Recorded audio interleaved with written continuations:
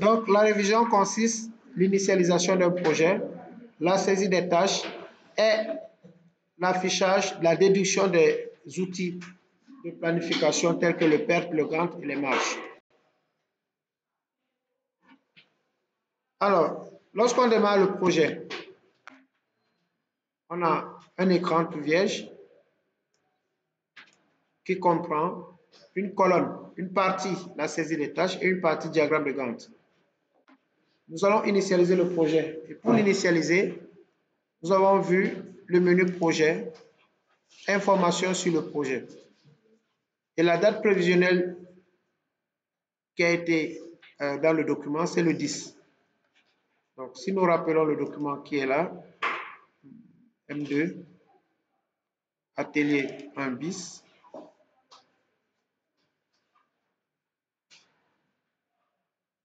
nous sommes sur le cas 1 qu'on a appelé, ah non, ce n'est pas ce cas, nous sommes sur le cas, alors excusez-moi, atelier de démarrage.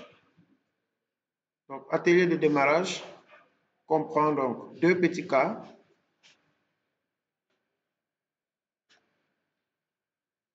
Voilà, enfin. Alors, deux petits cas, le cas 1 SMQ et le cas 2 qui a des questions.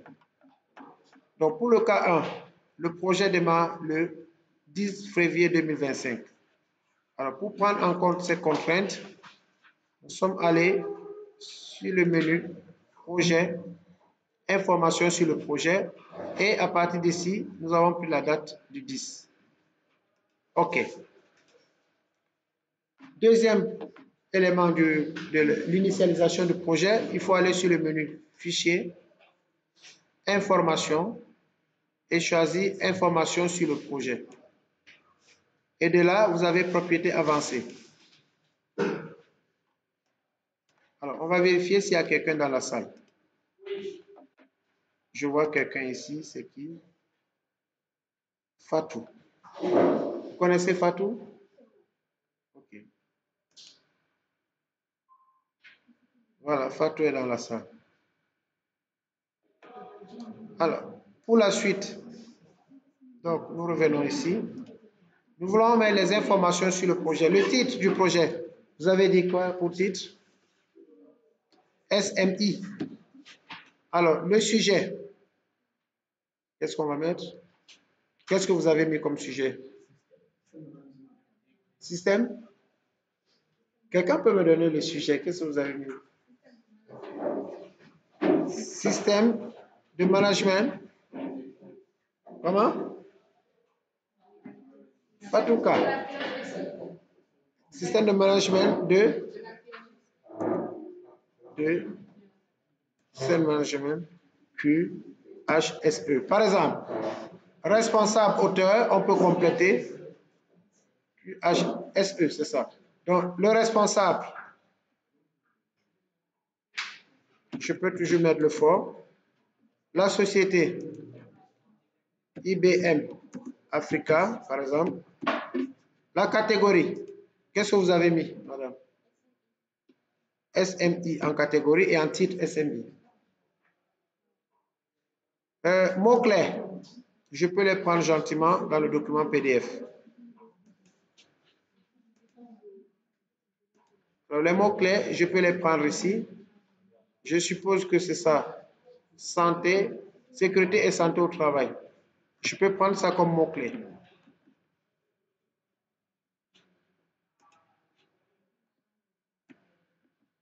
Le commentaire, qu'est-ce que vous avez mis?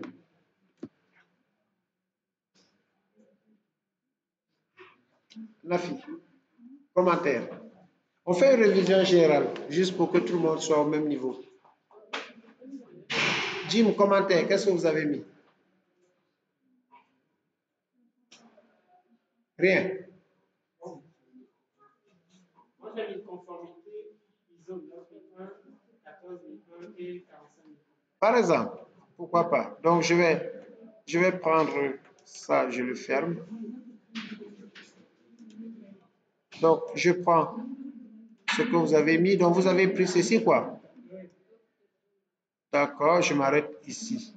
Voilà, c'est un commentaire simplement. Et n'oubliez pas que quand vous faites ce commentaire, automatiquement, il va l'intégrer au niveau du commentaire de la tâche récapitulative. Répertoire, il n'y a rien à mettre parce qu'on n'est pas sur le web. On n'a pas de site web, de référence web pour ça. OK. De la même façon, comme nous sommes dans ce menu, nous allons dans Options.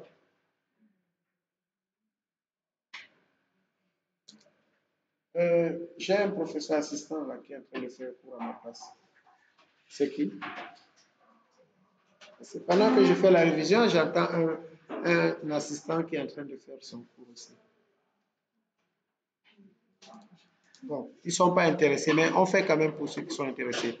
Donc, affichage, la devise était le XOF et le positionnement, on prend un CFA. Échéancier, nous avons dit les horaires d'ouverture, c'est de 10 heures. À partir de ces listes déroulantes, de 10 heures à 14 heures. 10 heures à 14 heures, nous avons dit que c'est 4 heures. 4 fois 5, 20. En général, la moyenne, jour par mois, c'est 20. C'est une moyenne arithmétique. Enregistrement. Nous avons dit enregistrer toutes les 1 minute. Maintenant, on peut faire OK pour cette partie. Nous reste les fériés à gérer. Et les fériés, je peux un peu agrandir avec la loupe. Les fériés, c'est au niveau de modifier les horaires de travail. Ici, on a semaine de travail et exception. Semaine de travail sera utile pour nous dans la deuxième partie parce qu'il y a deux ressources qu'on va créer et il faudra donner à ces ressources leur calendrier de travail. Et là, dans semaine de travail, on va définir les dates et les horaires de ces ressources. Ici, nous avons férié 1. Saint-Lefort. Oui. Et on a ici fête de l'indépendance. Ah oui, pourquoi pas. Fête de l'indépendance, c'est le 4. Donc ici, il y a un calendrier. Alors, comment parcourir les mois? C'est ici. Et le 4. Donc, voici nos deux fériés. Et lorsque vous allez voir le calendrier, ces fériés seront grisés comme les samedis et dimanches. Et je disais à un participant que dans le calendrier standard, les samedis et dimanches sont comme des jours fériés. Mais nous pouvons créer nos propres calendriers et choisir le travail qui va du lundi au dimanche. Je mets OK. Le projet est prêt à recevoir les tâches. Et donc, ici, je peux saisir la tâche. Je vérifie que le début, c'est bien le 10-02. Ça, c'est la baseline. Et de ce côté, ce sera tracé le diagramme Gantt. Alors, la première tâche s'appelle A. Donc, je laisse saisir à la volée. B, C, D, E, F, G, H. Et après, c'est tout. Avant de continuer, il y a quelque chose que je n'ai pas fait. Les gestes qui s'ouvrent. Je n'ai pas donné le nom à mon projet. Donc, il faut que je l'enregistre. Sinon, à chaque fois, la machine fera une flèche qui va vous amener à enregistrer. Pour enregistrer, c'est CTRL S pour la première fois ou fichier enregistré sous. J'enregistre, je le mets dans ce dossier. Vous choisissez l'emplacement et vous lui donnez le nom de projet. Alors là, je vais l'appeler donc, on avait dit quoi? Système de management de la qualité, révision. JL. Parce qu'on est en train de faire une révision. Voilà, j'ai enregistré le projet. Vous allez m'aider maintenant aux durées. Alors, je vais écrire. Pardon? 4, oui. 3, 9, 2, 1, 6, 3 et 3. Jusque-là, nous n'avons pas rempli les débuts ni les fins. Et c'est là l'intérêt du projet pour nous aider à la planification.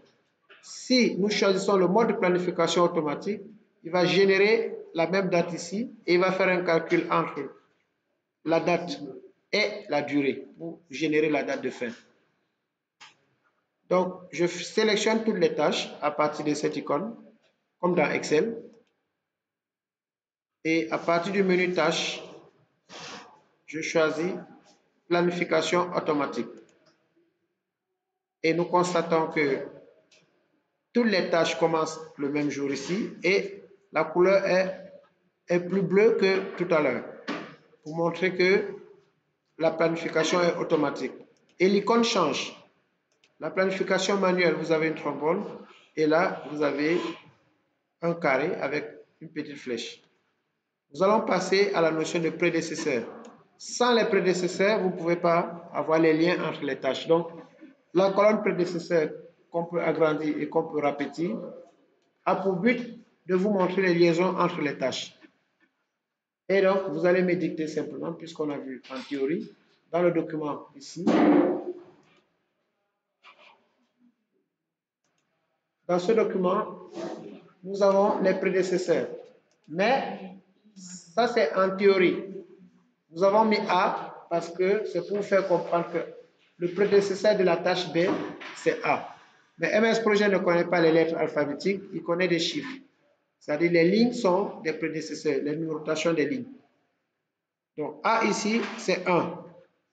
B, c'est 2. C, c'est 3, etc. Nous allons dans le logiciel. Et ici, vous allez me dicter les prédécesseurs. Alors, la première tâche A n'a pas de prédécesseur, ça signifie que c'est elle qui démarre le projet. Là où les tâches qui démarrent le projet ne peuvent pas avoir de prédécesseur. Là où les tâches qui terminent le projet ne peuvent pas avoir de successeur. À l'exception de ces deux tâches, chaque tâche a toujours un ou plusieurs successeurs ou un ou plusieurs prédécesseurs. Je vais prendre les résultats de votre étude. Alors, qu'est-ce que je mets ici? 1. Et on va constater rapidement la liaison qui se matérialise. 2, 3, 5 et 6. Alors, excusez, je rentre légèrement comme ça pour voir. Bon, je peux réduire le zoom. Oui. On arrive avec le 2007 au niveau des chiffres. Oui. Les prédécesseurs là. Oui. Ça saute. On a eu 1, 2, 3 et puis 6. 1, 2, 3 et 6. 6, 7. Où ça? Avec les planifications 2007. Bon, je vais revoir ça. Peut-être qu'ils ont supprimé. Mais 2007 ne saute pas. Il ne doit pas sauter. Il y a quelque chose qui a été supprimé ou bien masqué. C'est masqué surtout, on ne peut pas supprimer. Donc, après ça, je vais passer individuellement voir. Ça, on ne peut pas sauter. Donc, ici, vous dites qu'il y a deux tâches. C'est combien? 5 et 6. Alors, au lieu de mettre 5 et 6, je peux faire clic droit. Information. Je vais dans la rubrique prédécesseur. Alors, 5, c'est quoi? Dites-moi le nom des tâches. C'est EF ou bien? EF. Donc, je prends E à la première cellule et à la deuxième cellule, je prends F. Là, ça m'empêche, ça me permet de ne plus saisir 5 et 6. Et 5 et 6 sont séparés par des points-virgules. Alors, il reste une tâche ici, c'est 4 et c'est donc 4, point-virgule, 7. Et là, vous venez de franchir une étape importante de la planification. C'est-à-dire, l'objectif ici, c'est que vous pouvez aujourd'hui afficher les tâches critiques, le chemin critique, la durée du projet, les marges, le PERT et le Gantt. Ça, déjà, cet objectif, si c'est acquis, vous êtes déjà au moins à 40% du logiciel. Le reste, c'est les ressources et les coûts. Après, il restera le suivi. Parce qu'on va faire cette fois-ci, on fait la planification, le suivi et l'évaluation. PSE. Donc, voilà, ça, c'est les basiques. Avant d'aller dans les grandes choses, c'est les basiques. Et si ces basiques sont mal faits, le résultat sera mal fait aussi. Ça, c'est la base. Donc, voilà ce qu'on a fait ce matin. Maintenant, il fallait ici documenter ce Gantt. Avant de documenter le Gantt, nous allons afficher la tâche récapitulative du projet. Pour afficher la tâche récapitulative du projet, nous allons sur le menu Format. Et certaines versions, vous n'avez pas format, vous avez diagramme de Gantt. Alors que vous avez la version 16, non? C'est diagramme de Gantt suivi de format. Ok. Bon, d'accord. Parce qu'ici, il a appelé ça outil diagramme de Gantt suivi de format. C'était caché chez vous. Donc, dans format ou outil diagramme de Gantt format, vous cochez simplement tâche récapitulative du projet. Il y a Aram qui n'avait pas vu. Pourtant, c'était visible. C'est vous, non? Tout à l'heure. C'est chez vous. Parce que elle a affiché le menu, mais malheureusement, elle n'a pas vu ce mot, tâche récapitulative du projet. Parce qu'en fait, ce n'est pas les yeux qui voient, c'est l'esprit. Ce n'est pas les yeux qui voient. Les yeux sont là juste pour regarder, mais pas pour voir. Parce qu'ils vont voir ce qu'ils veulent voir. Parce qu'elle est restée ici devant, ça m'a un peu surpris. Pendant plus de 5 minutes, elle dit, elle ne voit pas. Non, je suis obligé de dévoiler le secret. Donc, elle me dit, elle voit seulement tâche récapitulative. Je dis, tâche récapitulative du projet. Elle dit, je ne vois pas. Je lui prête des yeux, elle ne voit pas. Donc, j'étais obligé de montrer, de pointer du doigt pour vous dire que ce n'est pas les yeux qui voient. Alors, la tâche, c'est 25 jours. Ça veut dire que c'est la durée des tâches critiques. Si vous faites la somme des durées des tâches critiques, vous allez trouver les 25. Après ceci, nous avons vu comment convertir ces jours en heures, en minutes, en mois, en années. Il faut aller sur Fichier, Options, pas Options avancées, on avait dit Astafroula, Échéancier. Voilà, les gens retiennent toujours ce qui n'est pas. C'est échéancier. Échéancier et en bas, vous avez affiché la durée en. Vous changez l'unité. Si c'est heure, vous faites OK. Il transforme les 25 jours en 100 heures. Voilà. Donc, comment afficher les marges du projet? C'est dans le fichier, dans le menu affichage, table, prévision. Évidemment, c'est un avant-goût. Quand on va faire le suivi, ce serait dans suivi. Quand nous allons voir les variations, on va aller dans variations. La charge du travail, c'est travail. Donc, affichage table vous donne aussi les coûts. Ici, nous allons saisir les coûts des tâches, les coûts, allocation des coûts, les coûts fixes des tâches, les coûts réels, etc. Donc, je reviens toujours dans affichage, table, prévision. Ici, nous avons le tableau des marges. Une question m'a été posée. Pourquoi cette tâche n'est pas critique, mais elle a 13 jours de marge totale? C'est une formule arithmétique qui calcule les marges. D'ailleurs, si je place la souris, vous allez voir la notion de marge. Marge de retard possible d'une tâche sans incident sur les successeurs. C'est ça la marge libre. Donc, vous devez juste placer la souris sur l'onglet et MS Projet vous explique le contenu. Qu'est-ce qu'une marge totale? Un retard que peut prendre une tâche sans retarder la tâche de fin de projet, sans retarder la tâche de fin de projet. Donc, marge totale, c'est par rapport à la fin du projet. Marge libre, c'est par rapport à la tâche qui suit. Donc, voilà le tableau de marge. Nous nous rendons compte que les zéros partout, ce sont des tâches critiques, parce qu'elles ne doivent pas avoir de marge. Ça, ce sont les tâches non critiques. Il y a 3 tâches non critiques. Et pour retourner dans le tableau, donc, le commentaire que vous allez faire, c'est ça. Les tâches, les marges libres. Donc, vous allez prendre ceci au brouillon et après, on va aller dans le commentaire, voir comment les ajouter. Lorsque vous êtes dans ce tableau, il faut rapidement retourner vers le diagramme de Gantt, soit en passant par table, entrée, soit vous pouvez faire directement le mot diagramme de Gantt qui vous donne le diagramme de Gantt. Alors, quelles sont les tâches critiques et comment les afficher sur le Gantt? Ici, on peut aller directement sur le menu Format et vous allez voir ici tâche critique. Il suffit de le cocher.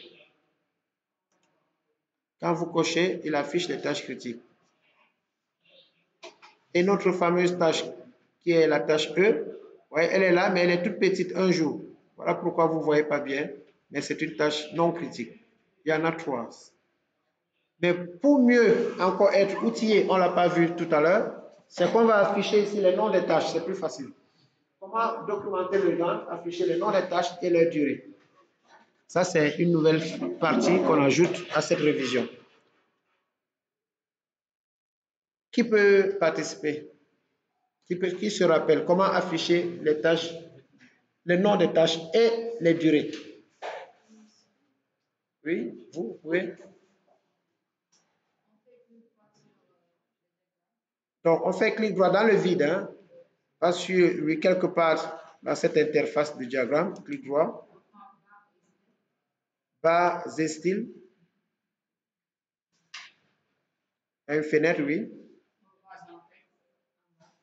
Nous sommes déjà positionnés sur tâche, donc on va en bas, il y a test et barre, on clique sur test.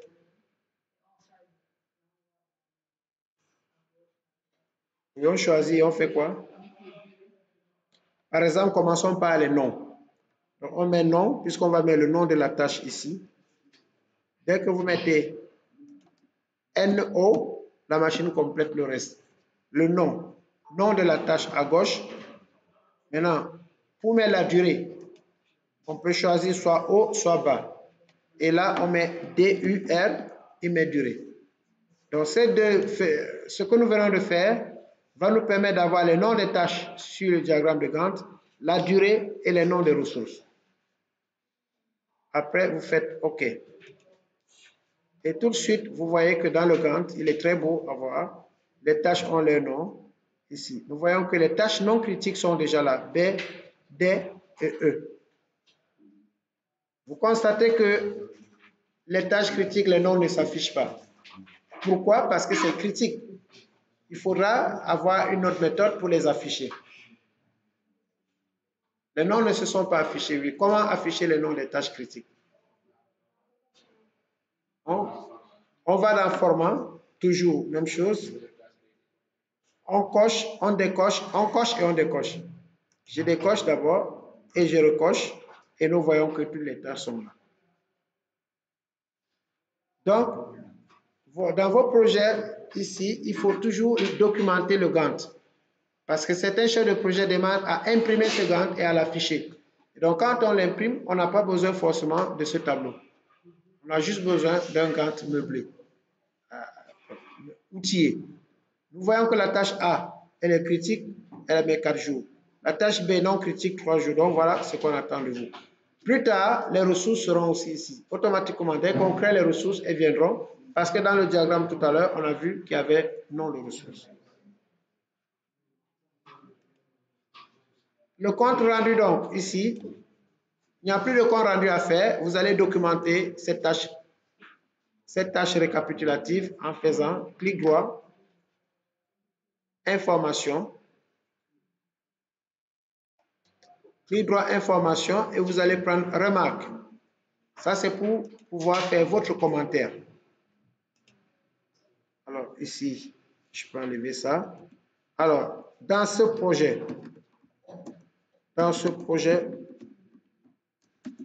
la durée, ou bien la durée de ce projet, si vous voulez. Durée du projet égale 25 jours, soit 2 points. Je veux un bon traitement des tests. Vous mettez les puces, soit 100 heures, pas d'abréviation. Combien de semaines? 5 semaines. Combien d'années? On peut s'arrêter là. Donc, ce projet fait 25 jours. Je mets ça en gras. Bon, ça, ce n'est plus MS Project, hein, c'est Microsoft Word. Ça, ce n'est plus MS Project, je suis hors sujet. Mais comme on veut faire des choses donc, il faut quand même penser, oui. Pensez à faire des choses un peu plus qui, quoi. OK.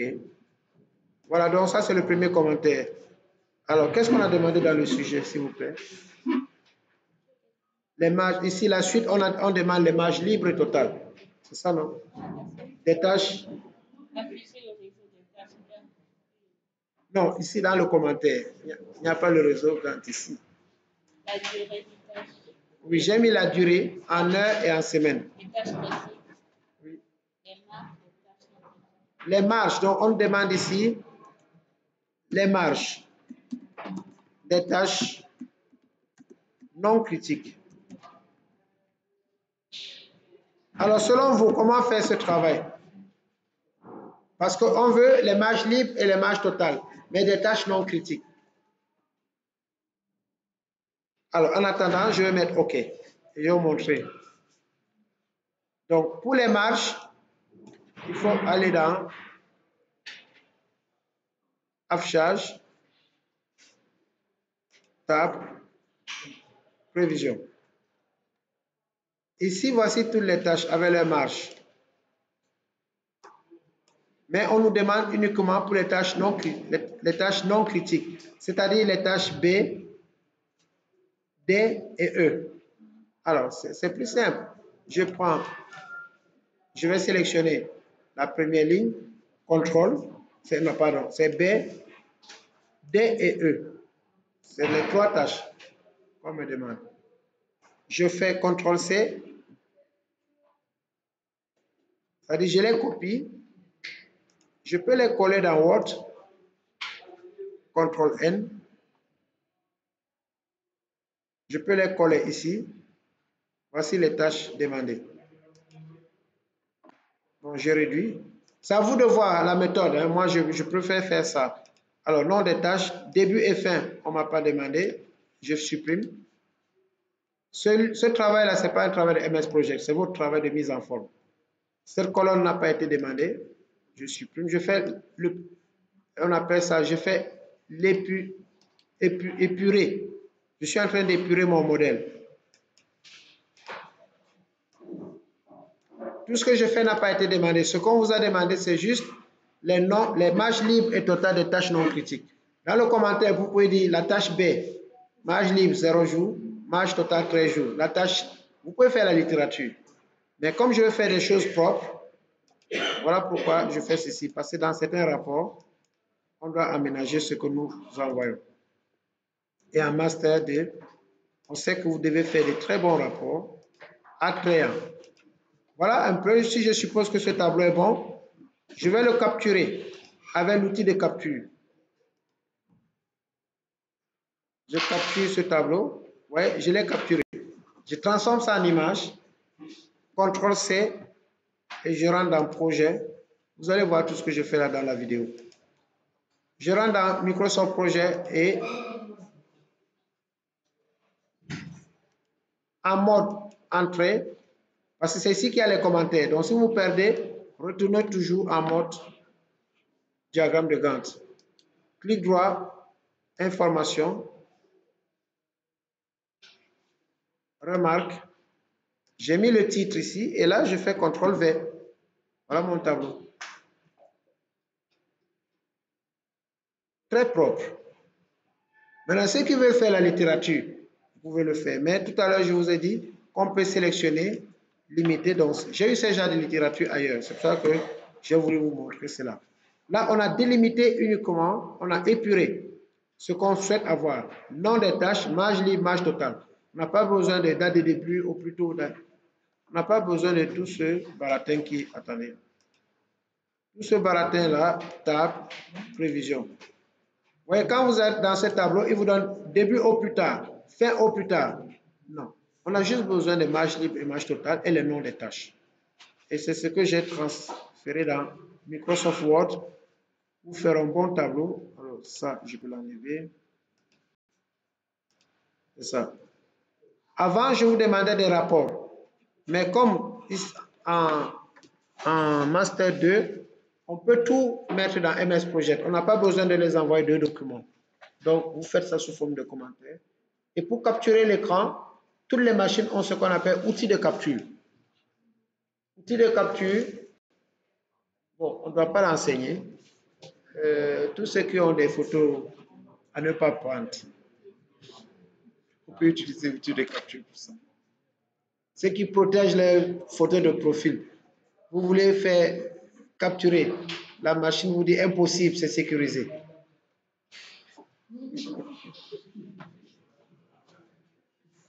Ceux qui envoient des photos éphémères, les photos éphémères, taf, capturer, prends ça.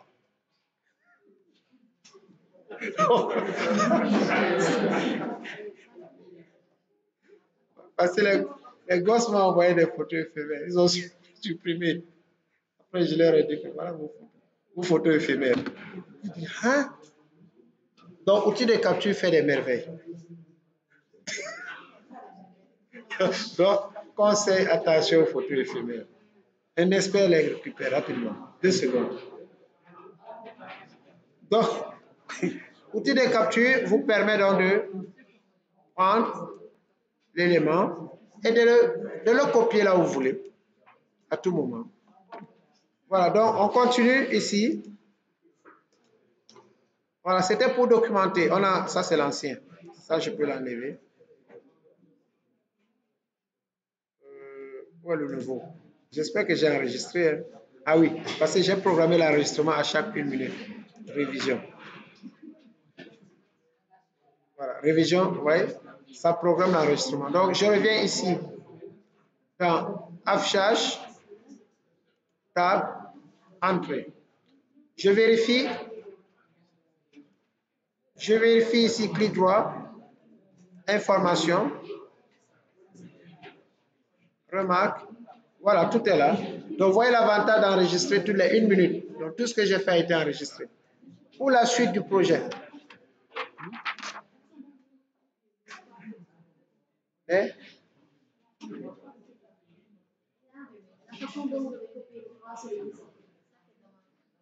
copier les 3. Comment j'ai fait pour copier? Alors, d'abord, je vais dans le tableau des marges. Tab, révision. Parce qu'on n'a que 3 tâches, mais si on avait 100 tâches, je ne vais pas les sélectionner. Je prends tout, je vais coller dans Word et je pire. Je prends ce qu'on m'a demandé. Mais comme c'est 3, c'est visible, c'est la tâche B. Celle-là, je sélectionne. Je fais CTRL. D et E, ils sont côte à côte. Je les sélectionne. Voilà d'abord les tâches. Je sélectionne les tâches demandées dans la question. C'est les tâches non critiques. Je fais CTRL C. CTRL C, c'est pour copier. Ça ne passe pas chez vous. Chez moi, ça passe. Pourquoi? Alors, si ça ne passe pas chez vous, vous allez sur le menu tâches et vous allez voir copier. C'est pareil. Menu tâche copier. Il a copié. Est-ce que ça passe? Menu tâche copier et vous allez sur le logiciel Word.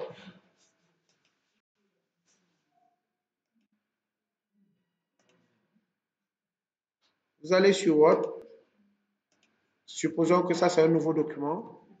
Vous placez CTRL N pour un nouveau document. CTRL V pour coller. Et quand vous collez, il faut épurer. Enlever tout ce qui est non-conformité. Nom de tâche, mot de tâche, ça ne nous intéresse pas. Début au plus tôt, début au plus tard, c'est à supprimer. Et même date. Donc, voici ce qu'il faut supprimer. Tout ceci. Clic droit, on prend supprimer les colonnes. Il y a non, mode tâche, c'est aussi à supprimer. Après, ça c'est un cours de bureautique. Hein. Comment ajuster? Donc, vous allez avoir un cours de Office avancé, je crois, je ne sais pas. Il faut ajuster à la fenêtre, mettre des tailles, etc. Le reste est la mise en forme. Parce que pour aller coller, il faut avoir un document lisible, sans ambiguïté. Voilà, en quelque sorte, je réduis ici. Je peux centrer. Voici, par exemple, le tableau que je vais capturer pour aller coller. Si je me rends compte que le tableau est correct, je capture et je colle. Si vous voulez aussi, vous pouvez mettre des bordures avec ça. Mais je remets ça comme ceci. Et pour capturer, c'est outil de capture. C'est un truc qui est dans toutes les machines. Recherchez ici. Recherchez. Vous tapez OU. Vous avez outil de capture. On clique. Nouveau. Et vous délimitez la partie à capturer. Ça, c'est du catch. Alors, elle est là, capturée. CTRL-C ou édition copier. Vous allez dans MS Project. Nous retournons dans le diagramme de Gantt en passant par tâche, pardon, en passant par affichage, tab, entrée. Ça nous ramène sur le diagramme de Gantt. Oui, bien sûr. Donc, un clic droit sur la tâche qui contient le commentaire, information. Je dis encore une fois, ce n'est pas l'objectif. L'objectif, vous pouvez écrire à la main. Donc, ce que j'ai fait, c'est juste pour faire quand même raffiner les choses. Arrivez ici, vous vous positionnez et vous faites CTRL-V. Il colle automatiquement. OK. Alors, les nouvelles choses qu'on va voir cet après-midi, c'est comment observer le PERT, comment voir le PERT et si possible, copier le PERT et le mettre ici dans les commentaires. Le même principe. Donc, le réseau PERT qu'on appelle, le PERT, c'est le réseau des tâches.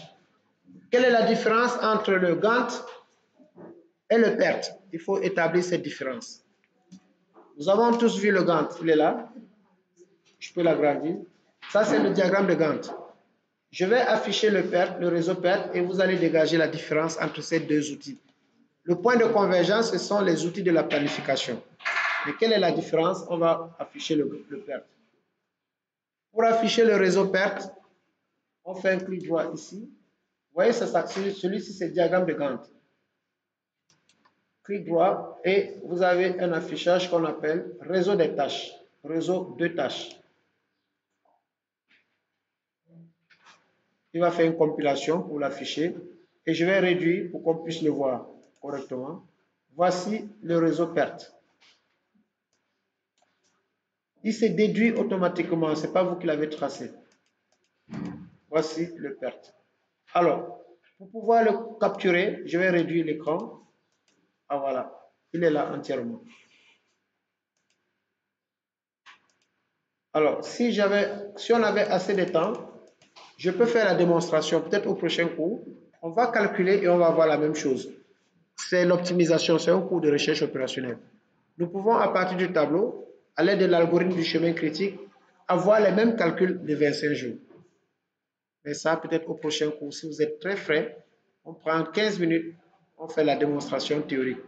Comment on a fait pour avoir les 25 jours, les ancêtres calculés à la main. Et comment on a fait pour avoir les marges libres, les 13 jours, etc. On peut le calculer aussi. Mais ce n'est pas l'objectif pour vous. Vous, votre objectif, c'est de savoir utiliser l'outil, aller ou afficher les résultats. Donc, voici le réseau des tâches. Ça, c'est le titre. Et toutes les tâches sont reliées entre elles. Si vous faites la somme des durées des tâches critiques, vous allez trouver les 25 jours. Et voilà nos fameuses 3 tâches qui sont non critiques. Maintenant, la question simple, quelle différence y a-t-il entre PERT et Gantt? Comment pouvez-vous faire la comparaison entre ces deux outils? Quelle est la comparaison? Est-ce que le Gantt vous donne les 25 jours? En fait, le but du PERT, c'est d'avoir les tâches critiques, le chemin critique, déterminer la durée la plus longue du projet, c'est-à-dire la durée du chemin critique. Il ne vous montre pas l'enchaînement des tâches dans le calendrier. Vous ne voyez pas le calendrier ici, lundi, mardi, mercredi, jeudi. Ça, c'est la première différence. Le Gantt vous montre l'enchaînement des tâches dans le calendrier. Il y a un calendrier qui vous montre les jours au jour près, lundi, mardi, jusqu'à. Ici, est-ce que vous voyez le calendrier ici? Non. Donc, l'une des différences, quand on veut comparer ces deux outils de planification, le Gantt répartit les tâches dans le temps avec les dates. Le PERT ne le fait pas. Les autres remarques, vous allez les prendre vous-même. Et au prochain cours, vous allez me donner la différence, les différences fondamentales entre perte et gain. Parce que je vous ai montré les deux outils. À vous de regarder, d'ouvrir les yeux et si vous voyez, bien sûr, vous allez voir les différences. Ceux qui ont de bons yeux vont voir. Donc, travail de recherche, différence entre le réseau perte et le diagramme Gantt. J'ai donné une seule. J'ai donné le point de convergence, mais on veut la différence. On dit de comparer. Le point de convergence, c'est que ces deux outils de planification. L'une des différences fondamentales, c'est que le PERT, c'est un réseau de tâches et le Gantt, c'est l'enchaînement des tâches dans le temps. C'est un diagramme. Oui. On dit le diagramme Gantt. Ici, on dit le réseau PERT. Donc, déjà, les deux mots, diagramme et réseau PERT, c'est deux mots différents. Le reste de comparaison, pas très utile, mais il faut savoir les outils et comparer. Nous voyons aussi que si on fait la somme 4 plus 9 plus 6 plus 3, ça vous donne 25. La somme des durées des tâches critiques donne la durée du projet, la durée la plus longue. Donc voilà, on a généré dans le sujet, on vous a dit afficher le réseau de tâches, puis le Gantt. Nom des tâches sur le Gantt et les tâches critiques. Afficher le tableau de marge totale et libre. On a terminé ce sujet entièrement. Voilà, et pour retourner dans le Gantt, n'oubliez pas, c'est toujours la même méthode, clic droit, diagramme de Gantt. On retourne sur le diagramme de Gantt. Voilà pour cette partie-là qui a fait 41 minutes.